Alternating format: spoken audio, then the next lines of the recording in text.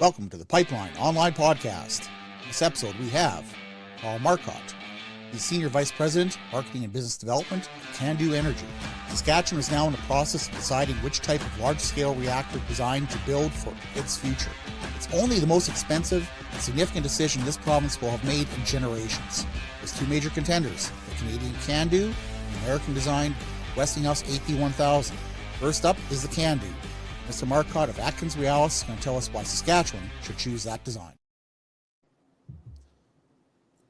Hello, folks. Brian Zinchik here of Pipeline Online and Bronwyn Air, and we have Carl Marcotte from AtkinsRealis CANDU Energy.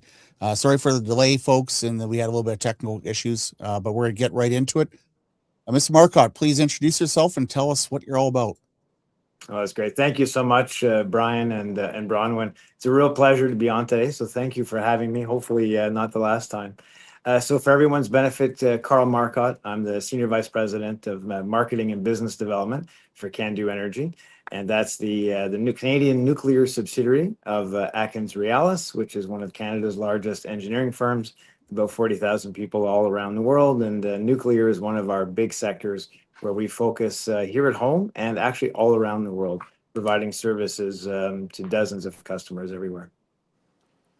So I guess we're going to start off here by doing some technical stuff. What is the CANDU reactor? And I'll pull up some graphics for that. That's great. Thank you for that, Brian. The CANDU, in a nutshell, what you see on your screen here on the left is the Darlington station. It's a 4-unit station, about 100 kilometers or about 50 kilometers east of downtown Toronto. And the picture on the right is Qinshan in China. That one was built in 2002, 2003. And two CANDUs, slightly smaller each than the ones you see at Darlington. The CANDU reactor is a great schematic there. Is one of the, Canada is one of the 6 countries in the world that has its own native nuclear technology that we build at home and sell overseas. So only 6 countries can do this. Canada was one of the early pioneers in nuclear. As a matter of fact, our national nuclear laboratories up at Chalk River, Ontario, the site was cleared and the first building put up in 1944. So we were right at the beginning with the UK and the US in developing the concepts for the nuclear technologies that we know today. And the CANDU was a design that was first conceived in the late 50s and perfected through the 1960s. And then the first station was commissioned in 1971 in Toronto. And the idea is it uses pressurized heavy water, different than most other reactor types, and it gives us some really unique benefits and features. So there was 31 of them commercially built around the world. 25 of those are operating today, and they're being refurbished to run a second 35-year period. These reactors are incredibly robust, continuously being updated with new modern features. And as I said, the ones in Toronto now are going through their midlife refurbishment to extend them out to 2065 or so. They provide about 50% of Ontario's total electricity needs currently, just as one example. So really robust and really top quartile, top performing reactors of the entire reactor fleet around the world. So is it fair to say well, first of all, I guess just to be absolutely clear, so Darlington runs on CANDU technology. Is that correct? Correct. So the Darlington is a 4-pack, so it's 4 units that all have shared services. And then there's 8 units at Bruce Power, which is about 3 hours west of Toronto, and another 4 units at Pickering, which is actually in central Toronto, central north. And just on CANDU generally, I know we had Dr. Chris Kiefer on a few months ago, and you'll know of him, nuclear advocate, very knowledgeable on the sector and the technology and so on. I think it's fair to say, and Brian, correct me if I'm wrong, that when we had Dr. Kiefer on, I mean, he's a huge proponent of CANDU. And I think that part of the takeaway for me of talking to him was that, you know, he feels CANDU is sort of the natural go-to and makes the most sense on many fronts. And I'm sure you're biased and will agree with that. Absolutely. But is it fair to say that it's taking some convincing, and that CANDU is maybe not, has a little bit of an upward struggle when it comes to convincing that it is the way forward for, future power plants run on nuclear. Just if you could talk a little bit about the CANDU versus maybe the other types of technologies out there, and why there's come to be maybe a bit of a competition between models. Sure, of course. And competition's a good thing. I actually think, Bronwyn, that it is absolutely the best technology for Canada. It always has been, because it takes advantage of some really unique features that provide us energy security and energy sovereignty, most importantly. But I'll dig into a couple of different aspects of it. It is probably the strongest ecosystem in the world. So as I said, 6 countries have developed their own native nuclear technology, and they sell and build them at home, and they build them around the world. So if you are looking for a new nuclear reactor, you can go to the US, you can go to France, you can come here to Canada, you can go to Russia, China, or Korea. That's it. You're going to be working with one of those 6 countries. So 32 countries today are producing electricity from nuclear power. And 4 of those outside of Canada are producing them from CANDUs. So 32 countries altogether, and about 30 additional countries are credibly and seriously trying to join that nuclear club. And the reason for that is there are really no other good sources of baseload, strong baseload, clean energy. Wind and solar are terrific. They're add-ons to most grids. They have very low capacity factors, as you probably know. I think you've reported before, Brian. And so nuclear and hydro are your strong base load. There's a few other things that count as strong, clean base load. But and if you want to avoid carbon emitting sources, you don't have too many good base load challenges outside of nuclear and hydro. And so hydro is complex to build, has a huge environmental impact if you're building it from scratch.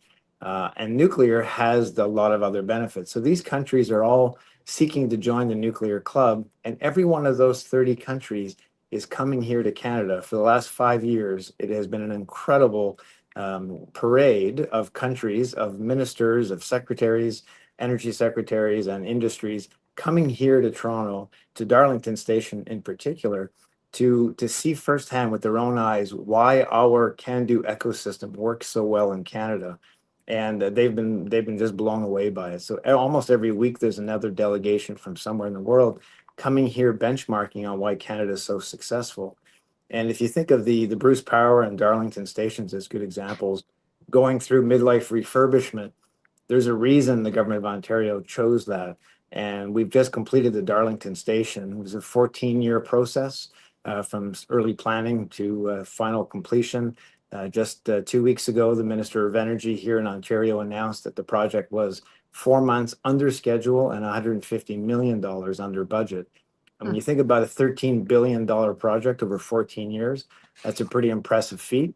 And I'm not going to say that it was just because of us. We were the leading firm on that, of course, with our great partner in AECON and, of course, OPG and their team. The 3 of us worked so well together. But there's 250 companies behind us in the supply chain, making it all happen, innovating, bringing the ideas of their employees forward every day to save time, save schedule. That great reaction, that great result in Darlington was through COVID as well. So you can imagine hundreds of millions of additional costs just because of COVID that had to be somehow recouped or recovered in some other way. And that was all through the innovation of this industry. So it's an incredibly powerful, profitable, and innovative industry. And I think that's really the key to the success. The technology is great. Those scientists back in the 60s and 70s and the original designs did an amazing work, and it's continuously improved and updated by the people today. So you're doing Pickering as well is coming up for refurbishment. Correct. That's coming up right now. Yeah. And where's Bruce, which I'm showing on screen here? Where's Bruce in that? Sure.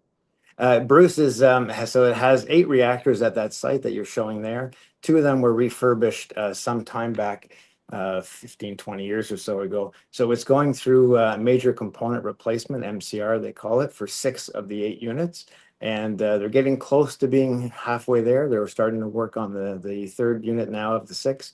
And that's a really important project, about the same size as the Darlington project. Also well on track and well on time. It will be a terrific success. We're working on that with many partners. And Darlington was 4 units. The reason this is so important and apropos for Saskatchewan here is that you have a hot supply chain working on this stuff, building the gizmos and the gadgets and the whatnots, and they're doing this right now. They're not starting from scratch. Right today. So that's right. I mean, all the parts for that to do these rebuilds are applicable in new build then, correct? Correct. All the components, all the services, all the engineering work, all the planning, all the updates to control systems, it's all being built and planned and done today for the refurbishments. Because in the process of refurbishing, you're basically pulling it all apart. You're replacing all the major components.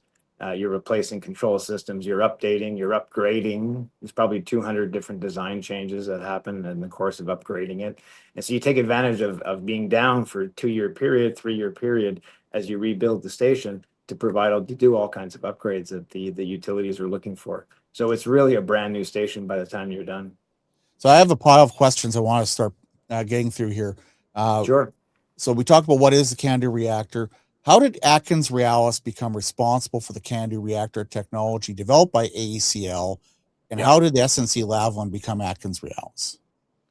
Sure. So long history to the nuclear industry in Canada, as I said, starting going back to 44.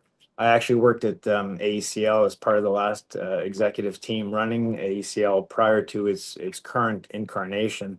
And I spent 3 years at the labs at Chalk River. So I was steeped in the history of all of this. But essentially, the entire 250 company supply chain has been working all the way through since that period, since its first inception. And the former SNC-Lavalin always had a nuclear division, always had a nuclear business, and was involved in all of these projects over the course of time, but usually as a small player, because of course AECL did the vast majority of the work as the OEM of the stations and the designer. And we were lucky in 2010 into 2011, the then SNC-Lavalin was able to acquire the commercial reactor division of Atomic Energy of Canada. If you remember back in 08-09, there was a bit of an isotope crisis, medical isotope crisis in the country, where the reactor at Chalk River went down unexpectedly. And it caused a great deal of embarrassment for Canada because we were producing about 3/4 of one particular medical imaging isotope that was very important for the whole world. 3/4 of all the global supply was coming from that reactor at Chalk River. And so it was a bit of an embarrassment and a bit of a wake-up call for the government of Canada. And they had some issues with how AECL was being run in the day in its current incarnation. So they decided to make some changes in how the science half was done, and they decided to sell off the commercial reactor division. And this was in 2010. And then the transaction closed in 2011. So the then SNC-Lavalin was able to acquire the commercial reactor division, which was about 1,500 employees based where I am today in the very building I'm in today in Mississauga. And that was the hub and the core of AECL's commercial division. I mean, it was basically given away. It was only $15 million. I mean, that's chump change. Correct factually, Brian, for sure. It was a time when the industry was low. There was not a lot of opportunity. There was not a great expectation that the industry was going to build anything new again. We'd just come off of 10, 15 years of a lot of building and then a quiet period. And this is before Fukushima happened as well. But I would say that at the time, there was very, very minimal prospects. And the government of Canada decided that this wasn't an asset they wanted to keep, I think inappropriately, quite frankly. But it was a competitive bid and tendering process, and we were the winner. So as you say, a very modest amount. So as we move forward, I mean, as both of you are all too aware, we're all aware, the SMR, small modular reactor discussion is one part of this. And several provinces have signaled that they're, ready and willing to go down that road. And then there's the broader, more recent movement, in Saskatchewan, for example, around consideration of the bigger power plant nuclear models. So where does CANDU fit into that procurement discussion at the moment?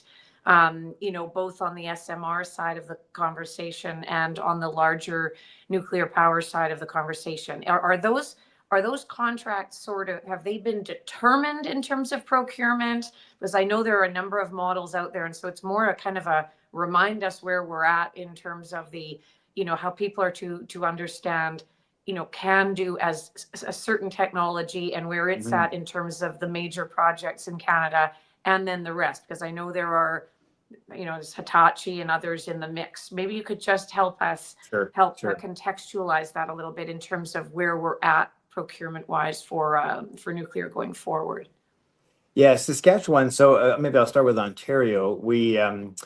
This is a province that, of course, has been at the center of the nuclear development in Canada. And then CANDU reactors were built in Quebec and New Brunswick as well. The one in Quebec was shut down instead of being refurbished. And the one in New Brunswick was refurbished and continues to operate well today. And so Saskatchewan, New Brunswick, Alberta, Ontario, all looking at new nuclear in their mix. If you step back for a second and look at the size of each province and territory's grid, just about every independent system operator in each province is looking to double or even triple the total energy production of the size of the grid, the electricity grids, over the next 20 to 25 years. And that is to meet not only growth in the economy, but decarbonization as well. There's really no good path to net zero or anything looking like decarbonizing our economies without additional nuclear being in the mix. So everyone's looking to build more, and everyone's evaluating both large nuclear reactors like a CANDU, and we have two sizes in the CANDU, 750 megawatts or 1,000 megawatt, which is our newest design, which we do hope and expect we'll be starting to build in Ontario and elsewhere in the country. But you have either size. So two large size, 750 or 1,000 megawatts. SMRs are generally 300 megawatts or less. And then there's what you would call micro modular reactors, MMR, or advanced micro reactors. There's all kinds of different names and acronyms. Right. But you can have smaller fourth generation, that's the EVNC, smaller fourth generation reactors that might be 5, 10, 15, 20, 30 megawatts, really small ones, or other sizes, sort of a mid-size, which can be 80 to 100 megawatts, again, fourth generation. And the picture you're showing there is the third generation SMR, which is the very first one. And that's kind of a bridge in from large. That's 300 megawatts. That's the GE Hitachi design. And we're very proudly working with GE Hitachi and OPG and AECON to build that very reactor you just showed at right next to the current Darlington station. So it'll be a second station side by side. And that'll be the first time an SMR has been built in the Western world, frankly. So we're excited to be part of that. But that's a 300 megawatts, still quite a large size reactor. It's small-ish, I guess I'll say. And many people would look at the real promise of SMRs is the really small ones and the more advanced technology that don't have any water in them, that use molten salts and other types of fuels and coolants, and they are much smaller. And so the whole world is evaluating what those technologies will look like. None of them are commercially ready yet. Now, that's still a few years down the road. But the opportunities all across Canada, especially for remote communities, to be powered by really small micro reactors is a really exciting possibility. So I can see that coming, but just a little ways away still. So Brian, just before you jump in, so your aim obviously would be to be very involved with and build, I'm assuming, a large nuclear power facility in Saskatchewan, if and when. Build a large or build the SMRs, just like the ones at Darlington, if that's what Saskatchewan chooses, or a bit of both. And way down the road, the really small ones as well. I'm sure we'll be involved in that at the same time. Okay, so before we go to the commercial break, I have to ask you the big question. Shoot. Why should Saskatchewan buy the CANDU reactor versus another design like the Westinghouse AP1000? So one thing we can dig into a little bit is CANDU is specifically designed for the energy sovereignty of Canada. In the original mandate that was given to the scientists back in the 60s, they were told, develop a reactor technology where Canada can build all the components at home and that uses natural uranium as its fuel. And that was really important because Canada knew it was not going to have an enrichment capability. We had sworn off nuclear weapons. And what that really meant was we were going to swear off any kind of enrichment. There was no need for it. And so the scientists designed a reactor that uses natural uranium. Comes out of the ground in Saskatchewan, gets two basic levels of refinement, which I won't go into the technical details, and really just gets put into the fuel bundle just about as is and goes into the reactor that way. And it's a very unique process, and only the CANDU can do that. And what that means is we have fuel safety, security, and sovereignty. We have our own fuel supply. We don't have to import fuel from anywhere else. We don't have to count on anyone else to provide us that enrichment capability. And so the CANDUs have a tremendous natural advantage. The supply chain is already all here. So you build a brand new CANDU in Canada, 92, 93% of it is going to be Canadian sourced goods and services right off the bat. The only thing Canada doesn't make is the steam turbine. And you can only get those in Korea, France, or the US. So you have to pick one of those countries as your turbine partner. But everything else that goes into any new reactor like that is going to come from different sources. But in Canada, it's all Canadian. So it's a great opportunity for economic development that comes with enhancing and moving the supply chain to different provinces, doing more in different provinces, and to have the security of having your fuel at home.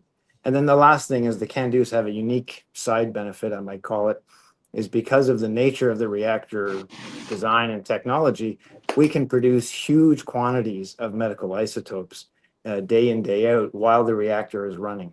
So we have isotope production facilities built in as a bolt-on to the reactor without affecting how it generates power. And no other reactor type can do that.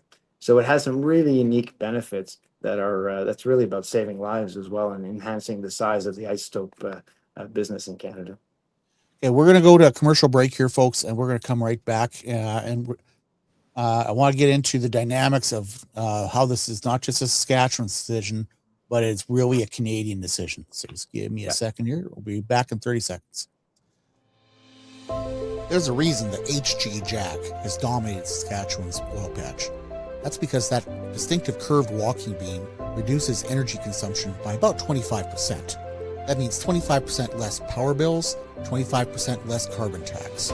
That's a big difference. And it's available exclusively from Grimes Sales and Service, Batman, Saskatchewan. All right, so I want to get into here about how this is not just a Saskatchewan decision. And I wish we had a couple hours to talk about the differences between the stuff. And maybe we'll do that in the future because, Please. Love that. There are significant things in regards to, like I said, sovereignty of fuel supply. We're not dependent on anyone for most of that. That's a big deal. And there's also trade implications, which I want to get into if we have time later. But we're not talking about just two reactors here. I mean, Saskatchewan will likely be looking at two large reactors. I can't see more than that. We are currently talking about two small 300 megawatt reactors, which will likely be built either 6 or 12 miles from my house. But then it comes to the point of where we're looking at large ones beyond that. And I get the suspicion that we might just punt on the small ones and just go straight to large ones. That might delay the nuclear thing a little bit, but it's there. And I guess, can you please explain the fleet buy dynamics between Ontario Power Generation, Bruce Power, Sask Power, and Energy Alberta, all of which are looking at building 1,000 megawatt scale reactors? Sure. Let me maybe I'll start with a quick line from a history lesson. Is Canada built or commissioned 22 CANDUs in 22 years the first time around. So 71 to 93, the first fleet was built domestically. So from a standing start, an entire industry was stood up across 3 provinces. It was an amazing result. And so 22 reactors commissioned in 22 years is astonishing, quite frankly. And so we think we'll do that again. And so it's obviously not a standing start. The industry is roaring along, and the opportunity is for it to expand. And so the supply chain touches on 3 provinces today, not quite as much in Ontario or Quebec or New Brunswick and Quebec, as you can imagine. It's largely concentrated in Ontario. But if we plan 24 new reactors across the country, a good number in Ontario, a couple in Saskatchewan, a couple in Alberta, maybe 4, 5, 6 in Alberta, I think Quebec will join the club again. And I think New Brunswick will want to build more. And other provinces, Manitoba and BC, probably have sufficient resources with hydro, so there's probably other options for them. But really, you're looking at 20 to 25 in Canada, over the next 25 years. There's absolutely no reason why not. And so what are if we're the gonna do advantages? that, sorry, I was going to just add, if we're going to do that, where does the supply chain localize itself? It's going to have to grow. It's going to have to invest in new factories to build more components, double the number of components being built today, et cetera, et cetera. So I think there are tremendous opportunities, Brian, to sort of shift the supply chains to a couple of other provinces and concentrate skill sets in different areas. Alberta and Saskatchewan have all the right skills. In Saskatchewan, you have tremendous industrial skills that would allow for the easy localization of some of these factories to build some of the components. And that gives you a really great economic development boost as well. Well, so what happens if, for instance, OPG goes one way, Bruce goes another way, SaskPower is not going to go independently of whatever Ontario does? Sure. So we're going to follow whatever the Ontario lead is, but I mean, that could possibly split between Bruce and OPG. If both of those go, let's say if Westinghouse, the chances of Saskatchewan going the Monarch is zero. They will follow Ontario if they both go the same way. So really, this is for all the marbles in Canada here. What happens if we don't do a fleet approach, if we split it somehow, if Bruce goes one way and OPG and SaskPower go the other way, what happens with that? Do we benefit having two supply chains, or is it, go ahead and explain that. I'll tell you so from my 13 years in the industry, I will tell you there is really no other choice than to have one large reactor technology, lots of different SMR or in the future MMR technologies. No question whatsoever. I think that's a great idea, and Canada needs some of those. But it makes perfect sense to have a fleet approach going with CANDUs, because the intellectual property, the IP, is owned by the government of Canada. It's owned by the people of Canada. So we all own the IP. We as a company add to that IP every single day from our own pockets, and it goes back. So the government of Canada benefits from that. There is a CANDU Owners Group, which is a scientific organization called Connexus today. It's funded by the utilities. It invests in new science every year. It's a great organization, does amazing work. The Sylvia Fedoruk Center, Canadian National Labs, all kinds of organizations all across the country work on and further advance the CANDU IP. And all that IP is owned by every one of us, all 41 million of us. So I think it's the very natural way to go. And as I described before, because of its inherent advantages, it was designed for Canada. It was designed to make sure we had energy security. And I can't think of anything much more important than that today. So I think it's the natural, obvious choice. And then I think SMRs are a fantastic complement to that, because I had a conversation with an energy executive in Iqaluit one day. She said they're bringing in $150 million a year of diesel fuel to power the generators to produce electricity for 8,000 people in Iqaluit. That's crazy, right? That's hard. That is not easy to do. It's very expensive, and it's very hard on the environment. There are so many communities all across the country, 10 provinces, 13 territories would all have small reactors of one kind or another. In the long run, that's got to be the way to go. So investing in SMRs, all different sizes of SMRs, we need it all. And we need, I think, a large fleet technology like CANDU. It will do us very well. It's one of the best performing reactor types in the world, the highest capacity factors of any reactor type. The winningest reactor every year is a CANDU that runs in Romania. It achieves the highest capacity factor, meaning the uptime or runtime, which produces tremendous electricity output and profit for its utility in Romania. And it's the best in the world. So it's not an accident the CANDUs run so well. I just wanted to ask, well, two things. But first, just that's why, further to your question, Brian, I asked earlier about the SMR procurement, because it is relevant in terms of that fleet approach. And I thought the SMR procurement, I thought those decisions had been largely made in Saskatchewan, Ontario. They have. So yeah, the first steps have. Right. So to that point, then I guess and your question, Brian, what do you think the impact is on that fleet approach when some of those preliminary decisions have been made? And I guess you were wanting to be part of the mix in terms of the CANDU technology, and in that first phase haven't been as much in the mix on the SMR procurement, right? So we are we're an architect engineer supporting GE Hitachi in completing or help them complete the SMR design and get it licensed in Canada. Right. And we and AECON and GE are working together to build the 4 SMRs at Darlington. And so if SaskPower completes and finalizes its procurement decision on the SMR, and I guess it's not complete now, you would think they would want to do exactly the same thing, replicate what's being done by OPG at Darlington. That actually reduces Saskatchewan's risk. So we would hope to be chosen. We and our existing partners would hope to be chosen to build the reactors in Saskatchewan, if that's ultimately the decision. And I think there's plenty of room, actually, Brian, for both large and small in Saskatchewan. I know it maybe not seem that obvious at the beginning, but the current size of your grid is going to have to about double to about 10,000 megawatts in 20 years. And a lot of your existing sources are, of course, carbon emitting and or just needing to be replaced because they're hitting end of life. And so I think you could easily, when you do the math, that's 5, 6, 7, 8,000 megawatts of new electricity generating capacity that'll be needed. That's a handful of CANDUs and a handful of SMRs. You'd have opportunity to look at all sorts of things over the course of time, I think. Oh yeah, well, since you mentioned that, we got to talk dollars. Like, what is we looking at for price here for SMRs, for large reactors, for monarchs?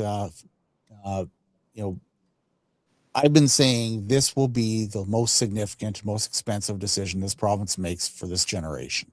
The coal decision was the most important decision made in the last 10 years, but going forward with large reactors, this is the big one. Yeah, absolutely. Well, you're asking the $64,000 question that nobody ever wants to answer. So I'll start with, it's a rough one. So I'll start with the SMRs. So as I'm sure you've read, the government of Ontario has announced that the final budget for the 4 SMRs will be about $21 billion Canadian to build the 4 SMRs at Darlington. The first one's more expensive than the fourth one, of course. Costs come down over the course of time as you get better and better at what you're doing, and as you build up a supply chain to build the components. So the 5th, 6th, 7th, 8th SNG Hitachi SMR built in Canada should be even cheaper than the 4th one at Darlington. So you can do some math from there and give a rough idea of what the per reactor cost would be. A CANDU, which is larger than that, of course, is more expensive. If you Google it, I'll answer it this way. It's a 3 to 4 year process to do a class 5, then a class 4, then a class 3 estimate of what it would cost. And obviously it's the sum of the cost of the components. How many cubic meters of concrete are we pouring? How many pumps, how many valves, how many 2-inch pipe, how many 4-inch, how many meters of 4-inch pipe, all of these things. That was very Canadian. How many meters of 4-inch pipe? Every one of us does that, eh? So you just add up all that material and you have to go and price it. And you have to price it at a certain period of time, and you get quotes and you add it all up, and then you come up with your class 5 estimate, and then you improve and refine from there. If you Google it, based on megawatts, the price of any large reactor is somewhere on about $10-12 billion for 1,000 megawatts in that rough range. If you Google that, that's what ChatGPT or Google will tell you. But the real number depends on that site-specific refinement, and it's a 2 to 3 year process for doing the localized site-specific engineering that will tell you exactly, based on the conditions and the ground you're situating it on, what has to be done, how many cubic meters of concrete will be poured, in what way, and so on and so forth. So there really is no good answer to say how much does it cost. The rough ballpark is the only useful way to start, I suppose. If you're right in your statement. Sorry, just not to interrupt. Yeah. I noted there was a report on Business article from a few weeks ago, and you'll probably have seen it. Will soaring electricity rates kill Ontario's nuclear expansion? And it cited the numbers you've just raised, that Stephen Lecce, Energy Minister of Ontario, announced the government would spend the $20 billion to build the 4 new small modular reactors in Clarington, and then in November, $26.8 billion was announced for the overhaul of the 4 old reactors at Pickering.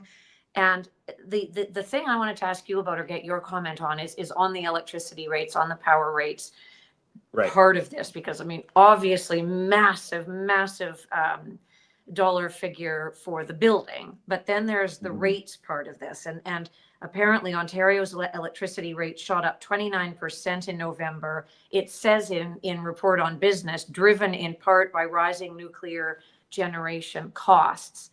And I mean, obviously this is relevant to any province which wants to go down this road. We're a relatively small population province. Well, we are here in Saskatchewan. What's your comment on the impact of all of this on power rates? I mean, if you could. Yeah, sure. It's yeah, I'm not a politician, and I'm sure someone else would be more careful, but I think I would just keep sticking to the facts and figures. If you look at the average electricity rate for consumers, the price at the home meter in every single province and territory, you'll see that Ontario and Quebec have the lowest rates, somewhere about 8, 9, 10 cents a kilowatt hour. So I find it's more useful to talk in cents per kilowatt hour. And then you look at other provinces, and in the West, many of the provinces have rates closer to 16, 17, 18, 19 cents a kilowatt hour, even more so in the North or in the territories. And so that's really a function of what kind of choices. Hydro can be one of the cheapest, very expensive to build. So you look at any major hydro project, you look at Site C in British Columbia that was just completed last year, that was $17 billion for 1 gigawatt or 1,000 megawatts, the size of one CANDU reactor. $17 billion, 17 years, and it flooded 5,500 hectares of land. That's an incredible impact. And so you say every choice you make, but it's a 100-year asset. That dam will be that site will be producing electricity 80, 90, 100 years from now. So when you average it out over the total electricity produced over its expected lifetime, you get down to pennies. You get down to a few cents per kilowatt hour. And that's really worth doing. And nuclear is the same way. Yes, the numbers are large. Everything starts with a B in the nuclear business. But what you get are 60, 80, 90, 100-year assets, guaranteed, that are going to produce power day in, day out. And they're going to produce huge baseload power. So it means you only need a couple of stations to run a large province like Ontario.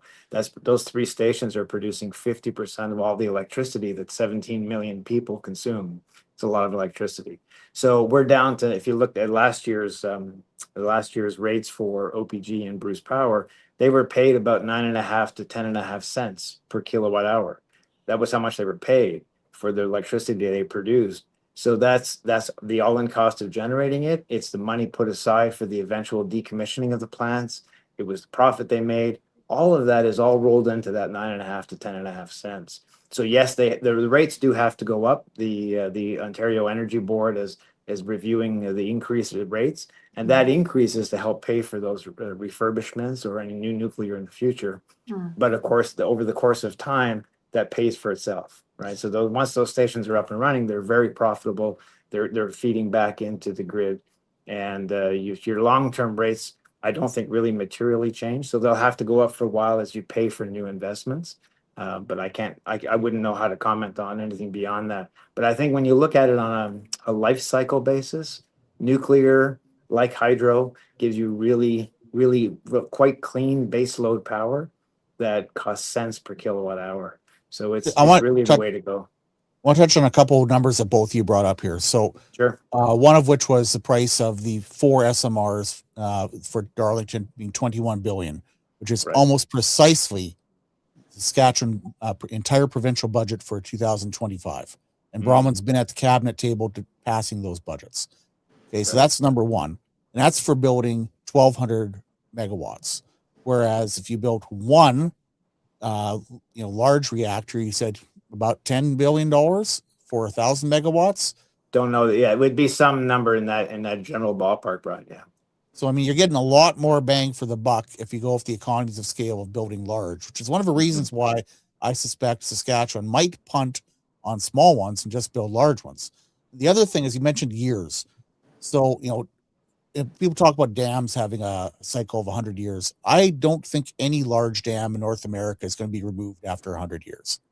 They may be refurbished, but I don't think anything's going to get removed after 100 years, because what are you going to do? It's going to flush downstream? It's not going to happen. So the timeline that Ontario Power Generation said for their Wesleyville project, which could be 10,000 megawatts, which is 3 times the typical daily output for Saskatchewan. They said for each unit, 3 years of site preparation, 7 years of construction, 70 years of operation, and 42 years of decommissioning after it turns off per unit. And if they build the number of units they're talking about there, it could be to 2160 before the last person walks off that site. I mean, that's almost as long as Canada's been a country. It sounds like a Star Trek star date when you put it that way. 2160, yeah.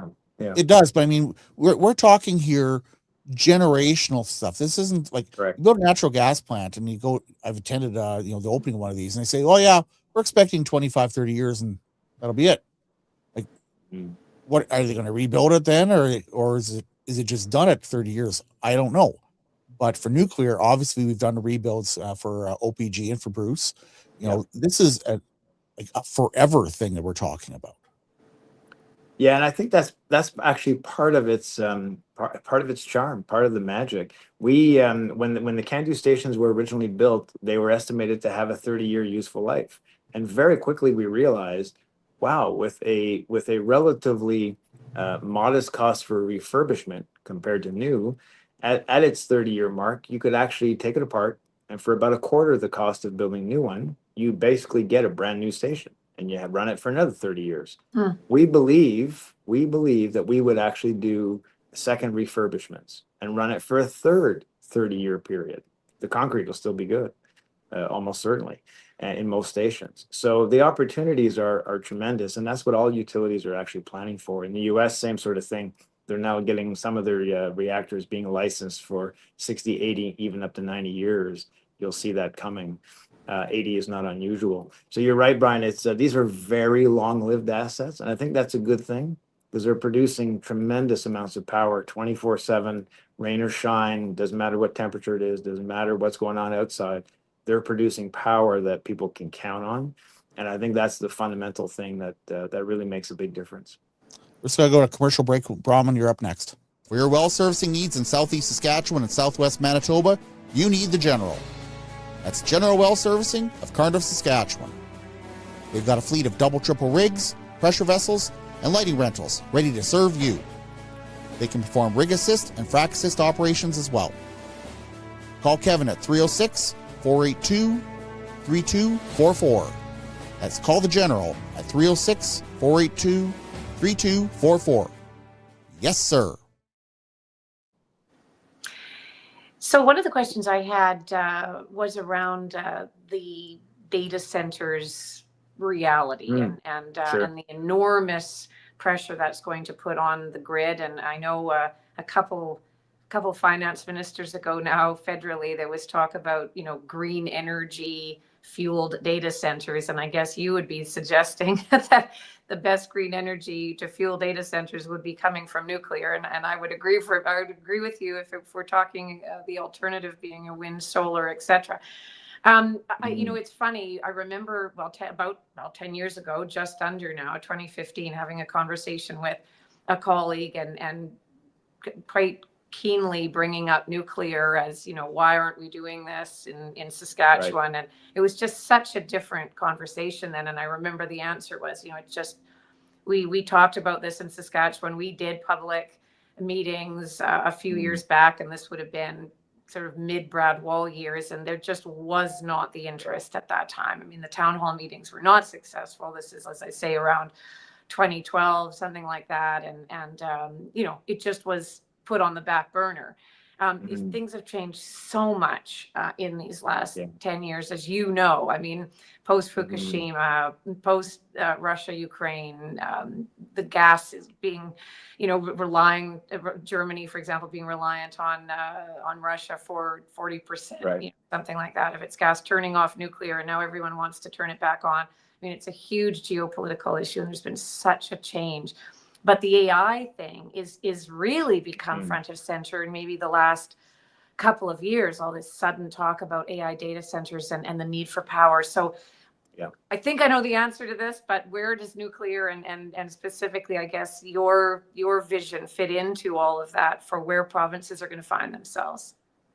Yeah, thanks for that summary, Bronwyn. I think you're absolutely right, and nuclear has to be part of that solution.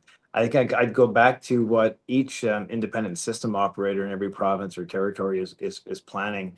I think what you're mentioning on the data center, the surge in the expected demand from data centers, is really just playing havoc with their forecasting. They're probably having to reforecast every few months as opposed to every 2 or 3 years. And so will each jurisdiction in Canada need double or triple the size of its grid in 25 years? Does it need, I don't know, some other number? How is that forecast going to change? I think data centers are mucking up that forecast a little bit, but I think generally speaking, the direction is not going to change. And it may just be accelerating the need to grow new generating sources. So I think what you're seeing in every jurisdiction in Canada where we're evaluating all the sources, getting more wind and solar on the grid, the prices have come down quite a lot. So even though the capacity factors are low there, 25 to 38% by and large, depending on what kind of technology you're talking about, it's still, because the prices have come down, so there's still plenty of good investment. There's some pumped storage investment I'm seeing here and there. There's all kinds of new hydro, especially run of river, which is a little less intense to build, a little easier to build. There's things being evaluated in every province, every jurisdiction, and that's good because nuclear takes, unfortunately, there's no real way to simplify this. It's somewhere between 10 and 14 years from the time you start planning, do all the consultations, make sure you've got the right site, make sure all the rights holders and stakeholders are really supporting it and understand it and want to go ahead with it. And then you've got a 6-ish year construction period for each reactor. It's a long time from start to finish. And so you can't really make that go any faster. So if we're going to meet the increase in electricity demand because of data centers and still the big focus on decarbonization, I think we really need an all of above approach on where that power can come from. And I'm sure we'll continue to have carbon emitting sources supporting that for years to come, because I don't see any other difference. But if you plan it out over the long run, it could fast forward 20 years. What will the mix be? I think most jurisdictions in Canada will have the same sort of mix that Ontario has. We're very lucky here that we have a very clean grid, 80-90% non-carbon emitting most days of the week, and just a bit of gas as a top up. And so we're very lucky that way. And I think we're definitely continuing and committing to do that in Ontario, to do even more of that. I think all jurisdictions in Canada want to get to something like that. So I've got a pile of questions here I want to pound through. If we can go kind of quickly here. Sure. One of the comments that was online here from Jody Herberger mirrors one of the questions I have. So Jody's question was a comment. CANDU's Monarch suffers from a lack of successful deployed installation to de-risk it. They need a deployment ASAP, remain viable. They require substantial incentives at a loss. Question is, will they do that? So a great question. The newest CANDU Monarch design, the 1,000 megawatt design, is being designed in a 4-pack or to be built as single or in twin configurations. And the important thing is the entire nuclear steam plant. So what's inside the containment, everything that's in the reactor and the steam generators and everything that goes with it, is essentially the same technology that's at Darlington. So what we've just updated, improved, refurbished, and rebuilt as brand new at the Darlington station is essentially the guts of that, if I can use simple terms, is essentially what is going into the new CANDU Monarch. So that's really important to note. It's already built. So it's not built in a slightly different configuration, but that is what will go into the new ones that are coming. So it's tried and true, nothing about the technology is changing. It is what it is. It's going to get built the way it is. Enhancements on things like predictive maintenance and plant layout and more efficiency in how the plant is run. But it's really the same core. It's the same wonderful technology that has always been there, that has just been updated at Darlington. So, and the same thing with the slightly smaller size, the 380 channel, the EC6, the ones that are overseas, they're all going through their refurbishment, and we'd be ready to start building those as well. So I was wondering about that. One of the issues for Saskatchewan grid is that, on a typical day, our output is between 2,800 and 3,500 megawatts, and adding 1,000 megawatt units really goes against the NERC guidelines of the largest generator being 10%. Yep. Now, even if we do double the grid, 1,000 megawatts is still a very large chunk, and they go down for maintenance or unit trips or whatever. Sure. Would a smaller reactor like the 6 that you're talking about, the CANDU 6, would that be maybe a better fit for Saskatchewan? Yeah, it very well might be, and I'm sure the province and SaskPower will evaluate that. So that reactor size can produce power between 700 and 750, depends how you configure it and what you're looking for. So that would ease some of that concern, Brian, no question. If you built a twin station of 725, 750 size reactors, that's the same size as what's in New Brunswick, and their grid is slightly smaller than yours in their daily output. They peak in the winter and not in the summer, unlike most jurisdictions. But that's New Brunswick's grid is roughly the same size as yours, just a bit smaller most of the time. And they very much enjoy their CANDU running at about 725. They have a dam that's about the same size as well. So you're right. Really important from a utility perspective to size the generating assets correctly. But I think that's going to be a good opportunity for evaluation. Now, there's a graphic here I wanted to ask you about, because, I've been saying this stuff since literally I was in grade 10. But one of the things that most people may not be aware is that for boiling water reactors such as the SMR from General Electric or the pressurized reactors, to refuel them, you have to shut them off, you have to take the top off, and you have to pull the things out and put them back in. Correct. Which means that unit is down for X number of weeks. Yep. Whereas the CANDU reactor, now it is a lower intensity fuel, so you have to push more through it. Can you explain the process here of how it does continual refueling, which you were talking about, the high uptime? Can you explain what difference that makes? Yeah, so any pressurized water reactor has to, as you say, shut down to be defueled and refueled. The fuel typically lasts 18 to 20 months, and then it's a 4, 5, 6 week process to shut it all down and refuel it. So the CANDUs actually never have to shut down for refueling. They refuel while on power. And if you picture the CANDU, what you're showing there is what we call the calandria, or the core of the reactor, viewed from the side. I like to describe it, this is going to sound crazy, but it's a soda can. If you picture a soda can lying on its side, and you cut off the ends and you fill it with straws, those straws are the pressure tubes where the fuel resides. And so there's a front face to the reactor and a back face, and you see it's all those individual circles that you see. Each one of those represents the end, front or back end of a fuel channel. And those fuel bundles, which are about half a meter long, 10 centimeters in diameter, that you see it there. Those fuel bundles, there's 5,760 in a large CANDU like at Darlington, 480 channels, 12 in a channel. And those fuel bundles take about 18 to 20 months as well to work their way through. They get pushed in at one end, and 18 to 20 months later, they're being pulled out at the other end. So that each bundle lives in the reactor for about that 18 to 20 month period. And so that's the real benefit, is that the calandria, or the pop can, so to speak, is not a pressure vessel. It's at atmospheric pressure. So it has other openings in it, and you can move material in and out. So the beauty of this is that you're refueling it. The average utility pushes in a few fuel bundles every day, 4, 5, 6 a day, get pushed in different areas of the reactor, and then equal number are taken out. So slowly but surely, over a 20-month period, the fuel is used up inside the reactor. But you can have there's other openings, and you can actually place, and that's how the isotope production systems are built in.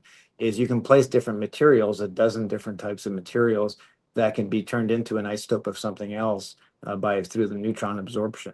And they can be placed in and cooked, so to speak, inside the reactor for however long they need to be, a few days, a few weeks, a few hours, or many, many months, depending on the nature of the isotope you're trying to produce. And so that's a huge benefit. And you can do that because the pressure vessel is the small tube and not the large vessel as it would be in a pressurized water reactor. So what are we talking for uptime here? That's how the CANDUs are able to achieve with a small maintenance window every 2 or 3 years. In many cases, you have 92% capacity factors, 92 to 94% capacity factors today. We're shooting to have a 95% capacity factor for the newest CANDU that we design and build for the next generation. And so the winningest reactors, as I said earlier, is one of the ones in Romania. If you look at the International Atomic Energy stats every year, it comes out at the top somewhere between 92 and 94% each year. So that means it only gets shut down for a real small maintenance window and then right back up and running again. I know we're close to the end of time for everyone. And Brad, I don't know if there are any other questions from I do have a few listeners. more I want to get in. I know. Pardon? Okay, I'll shorten up my answers. Oh yeah, no problem. My last question was, you obviously right off the top, we looked at those two plants, the Darlington and the one in China. And right. Carl, I guess just from a geopolitical perspective, so much talk about concerns when there can be technology and other sharing. Should we be concerned about the fact that the CANDU technology is also being used in China? I mean, can you just sort of put that in some perspective, I guess, from a geopolitical perspective? Because it just, I guess, jumps out at me a little bit. Sure. I think one of the things, I'm a structured finance person by training, Bronwyn. And I spent 25 years doing deals all around the world. And so I'm familiar with working in lots of other cultures. And I'll tell you, there's no better customer or customer to work with than China. They are fantastic nuclear operators. So the geopolitics aside, at the operating level, we work so well together. And what really attracted me to this industry, what keeps me here, is that the entire world works as if there were no geopolitics. The nuclear world shares. We share operating experience, we share safety ideas, we share improvements and all kinds of new things to collaborate across all borders. And our friends in China are fantastic operators. There's an incredibly strong Chinese nuclear safety culture and a nuclear culture that's building new reactors of their own design. And I do see opportunity to build new CANDUs in China because they are the best operators in the world. And in many, many cases, they're leading all sorts of new ideas and new ways of doing things.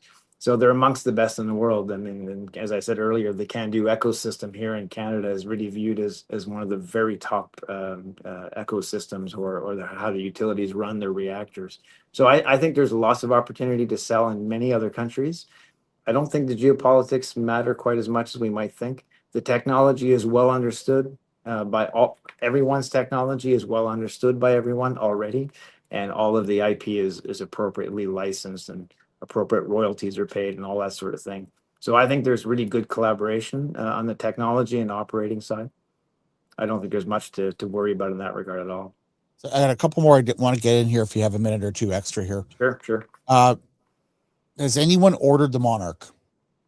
Not as of yet, but we are very close and we are very confident that you will see it before you know it. Okay. And there's an elephant in the room from Saskatchewan here, I'm from Estevan. SNC Lavalin was the EPC that built the Boundary Dam carbon capture unit. Right. And that's started in 2011, finished in 2014. And while it does work, it absolutely does work. It has never performed to the spec that it was supposed to. They had to redesign some stuff. You look at the thing at the top, they had to redo that. They had to pull a tank out and put a new thing in. And as a result of that, SNC ended up on SaskPower's official blacklist for the better part of a decade. And about 2 years ago, when AtkinsRealis set up a shop in Regina for this whole nuclear thing, I asked the CEO of SaskPower, hey, I thought AtkinsRealis or SNC11, as it was before, was on the blacklist, and using another term. And he said, no, they're not. I said, well, since when? He said, about 2 weeks ago. So can you explain what happened with Boundary Dam? What lessons were learned, and if Saskatchewan's going to take a bet on a company that didn't perform very well for us a decade ago, how are you going to solve that? I mean, it is the elephant in the room that's got to be discussed. Yeah, no, and I appreciate it, and I think that's a conversation we should have. So I'm happy you brought it up, Brian, because there are some things to dispel and there are some things to learn from it. I can say right off the top, there's two things rattling around in my head as I listen to your question. And first and foremost, it is the most painful thing for a project company like ourselves, with 40,000 people working in tens of thousands of projects all around the world, every country you can think of, doing great work, 40,000 employees, mostly almost all engineers, designing and helping build some amazing infrastructure in rail and advanced hospitals and clean energy and water treatment, it's all sorts of things. And to think that we have a project that doesn't work is painful to all of us. We hate it. And we did everything we could, and we will continue to do everything we can in any project to make sure we achieve what our customers are trying to achieve and that we delight our customers. That's our ethos. That's our way of working internally. You should see the project reviews we go through and how we stretch ourselves everywhere to make sure we are fully delivering for our customers.